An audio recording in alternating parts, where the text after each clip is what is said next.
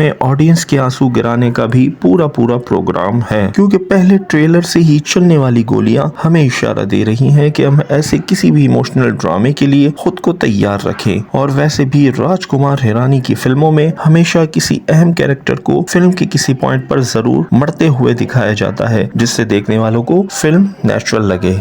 इससे पहले आपने देखा ही होगा कि मुन्ना भाई एमबीबीएस में जहीर, लगे रहो मुन्ना भाई में मुन्ना के बाबूजी, पीके में पीके का बेस्ट फ्रेंड जिसको वो भाया कहता था, और संजू में पहले नरगिस दत्त, और फिर उसी मूवी में एक और झटका सुनील दत्त के डेथ सीन से वो दे चुके हैं। और अब डंकी में भी वो अपना ये ट्रैक रिकॉर्ड बरकरार रखेंगे। सवाल ये है कि वो कौन सा कैरेक्टर हो सकता है जिसे राजकुमार हिरानी ने लोगों के आंसू गिराने के लिए चुना है। का जवाब हमें अब तक के ट्रेलर से जो मिला है वो ये बताता है कि इस मूवी में हमें सेट करने के लिए राजकुमार हिरानी ने जिस एक्टर को चुना है वो सुखी का कैरेक्टर हो सकता है। और इस मूवी में सुखी का ये रोल कैटरीना कैफ के प्यारे विकी कौशल कर रहे हैं। और इस मिस्ट्री को आप पहले ट्रेलर से ही नोटिस कर सकते हैं, क्योंकि विकी कौशल के इस कैरेक्टर को अब तक जितनी बार स्क्रीन पर लाया गया है उसमें वो सबसे ज्यादा मासूम दिखाई दे रहे हैं। और फिल्म के मेकर्स भी यही चाहते हैं कि इस कैरेक्टर के साथ लोग एक बॉन्ड फील करें, और ये बॉन्ड मूवी के इमोशनल ड्रामे के लिए मेकर्स के